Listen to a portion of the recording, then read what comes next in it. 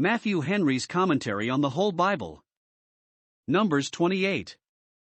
Now that the people were numbered, orders given for the dividing of the land, and a general of the forces nominated and commissioned, one would have expected that the next chapter should begin the history of the campaign, or at least should give us an account of the ordinances of war. No, it contains the ordinances of worship, and provides that now, as they were on the point of entering Canaan, they should be sure to take their religion along with them, and not forget this, in the prosecution of their wars. Verses 1 and 2. The laws are here repeated and summed up concerning the sacrifices that were to be offered. 1. Daily, verses 3 to 8. 2.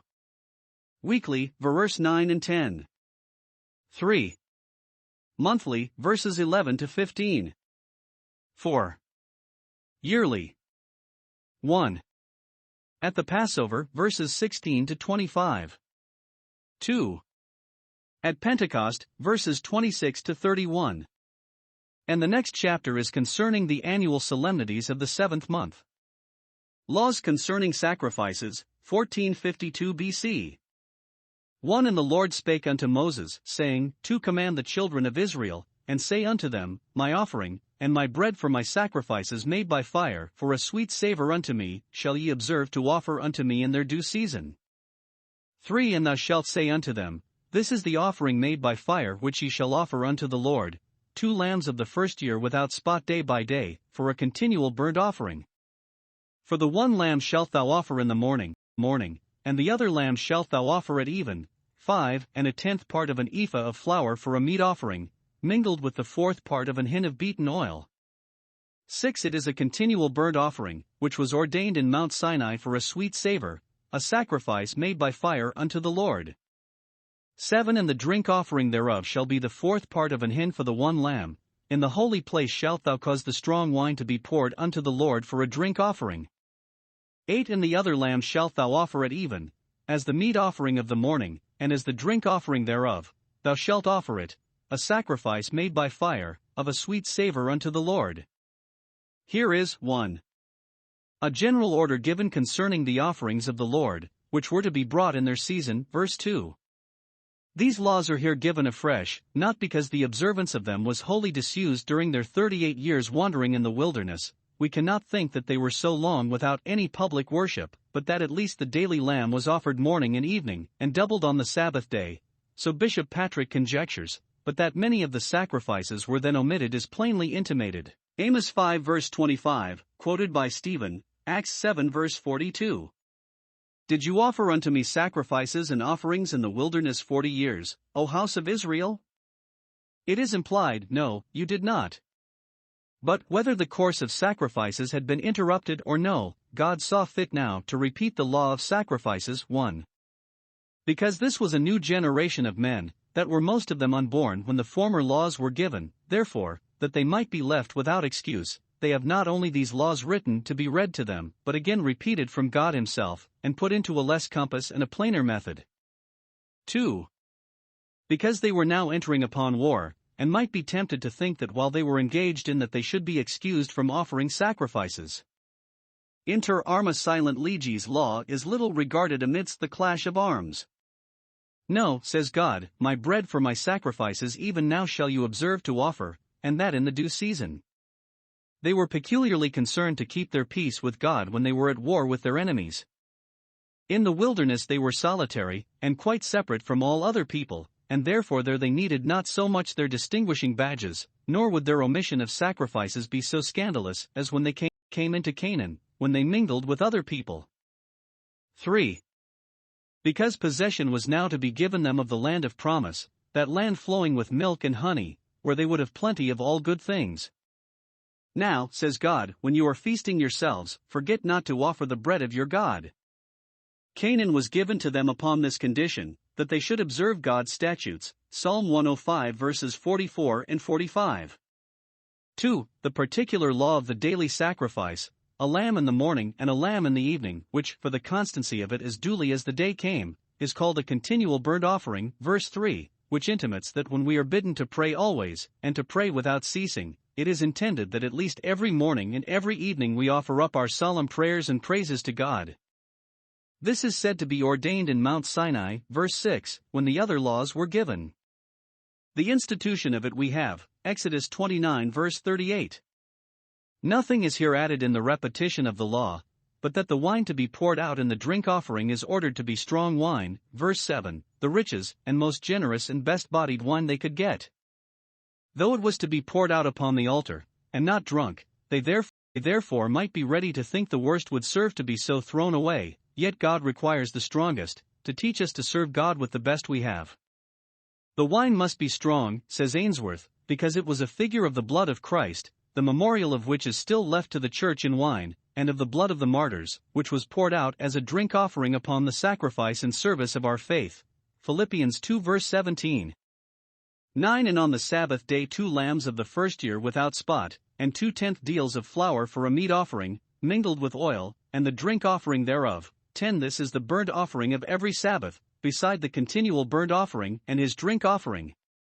11. And in the beginnings of your months ye shall offer a burnt offering unto the Lord, 2 young bullocks, and 1 ram, 7 lambs of the first year without spot, 12 and 3/10 deals of flour for a meat offering, mingled with oil, for 1 bullock, and 2/10 deals of flour for a meat offering, mingled with oil, for 1 ram, 13 and a several tenth deal of flour mingled with oil for a meat offering unto 1 lamb, for a burnt offering of a sweet savor, a sacrifice made by fire unto the Lord. 14. And their drink offerings shall be half an hin of wine unto a bullock, and the third part of an hin unto a ram, and a fourth part of an hin unto a lamb. This is the burnt offering of every month throughout the months of the year. 15. And 1 kid of the goats for a sin offering unto the Lord shall be offered, beside the continual burnt offering, and his drink offering. The new moons and the Sabbaths are often spoken of together, as great solemnities in the Jewish Church, very comfortable to the saints then, and typical of gospel grace. Now we have here the sacrifices appointed. 1. For the Sabbaths. Every Sabbath day the offering must be doubled. Besides the 2 lambs offered for the daily burnt offering, there must be 2 more offered, 1, it is probable, added to the morning sacrifice, and the other to the evening, verses 9 and 10. This teaches us to double our devotions on Sabbath days, for so the duty of the day requires. The Sabbath rest is to be observed, in order to a more close application to the Sabbath work, which ought to fill up Sabbath time. In Ezekiel's temple service, which points at gospel times, the Sabbath offerings were to be 6 lambs and a ram, with their meat offerings, and drink offerings, Ezekiel 46 verses 4 and 5, to intimate not only the continuance, but the advancement, of Sabbath sanctification in the days of the Messiah.